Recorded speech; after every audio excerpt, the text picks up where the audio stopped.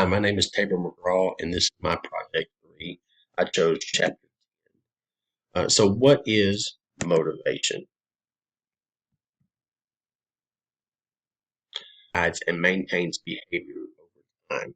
As the book says, in plain language, motivation is what gets you going, keeps you going, and determines where you're trying to go. So some theories of motivation are, first and foremost, you have the motivation and behavioral theory.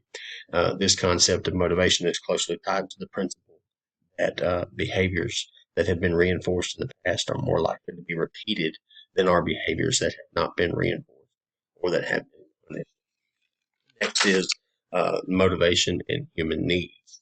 Motivation can be thought of as a drive to satisfy needs, such as needs for food, shelter, love, and the maintenance of positive self-esteem. We can also get a good look at this when we look at Maslow's hierarchy of needs. Next, we have motivation and attribution theory. The attribution theory seeks to understand, excuse me, seeks to understand explanations and excuses, particularly when they are applied to a success or a failure. Next, we have the motivation and mindset theory. The mindset experiments, as the book says, add a great deal to the claims of the attribution theory because it suggests that the positive relationship between effort, attribution, and achievement gains is not just due to people who perform well, wanting them to believe that they succeeded because they worked hard. The next one is uh, the motivation and self-regulated learning theory. And this refers to learning that results from self-generated thoughts and behaviors that are systematically oriented toward the attainment of their learning goals. And then the last one we have the motivation and expectancy theory. The expectancy theory, as the book says on page 254, is a theory of motivation based on the belief that people's efforts to achieve depend on their expectations of reward. So what are some factors that affect students' motivation? So the book says on that one of the most important types of motivation is achievement motivation. Obviously, every student wants to have success. So the book gives a good example. It says, given a choice of work partners for a complex task, achievement motivated students tend to choose a partner who is good at the task, obviously, because the students want to succeed. And then at the bottom of the paragraph, and just as it says on the slide, it says, grit is a good synonym for high achievement motivation. So, how can teachers increase motivation? So, there are really two types of motivation. There's intrinsic and extrinsic.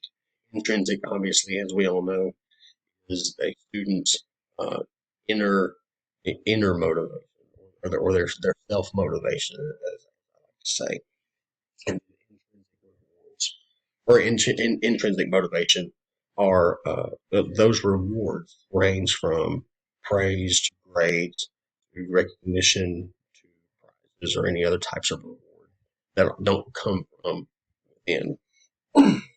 So, just a few different ways to enhance intrinsic motivation. Teachers have to create a positive, as the book says, create a classroom climate that is warm, accepting, and positive for all students.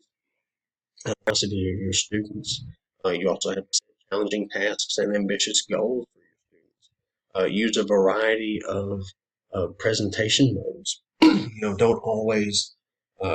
always present your stuff the same way every time. And then the last one right there is helping students make choices, set their own goals. And then as far as motivation goes, teachers need to express clear expectations, whether that's for an assignment in your classroom or some classroom goals that you might have set or some classroom expectations. Those all need to be clear. Also, providing clear feedback. A student needs to know, if they're like me anyway, they need to know exactly what it is that they're doing wrong and how they can fix that. That feedback also needs to be immediate and frequent. You don't need to you don't need to wait, say, a week after an assignment, and then by that time the student's probably forgotten about it. You don't need to wait until a week later and then say something about what that student's doing wrong on that particular assignment.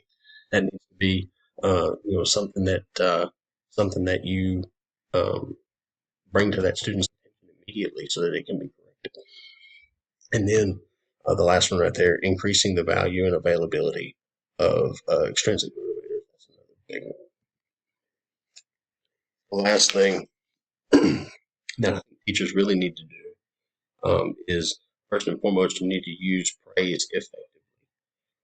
The book says that praise serves many purposes in the classroom instruction, but it is primarily used to reinforce appropriate behaviors and to give feedback to students on what they're doing right. And teachers must also teach students to praise themselves.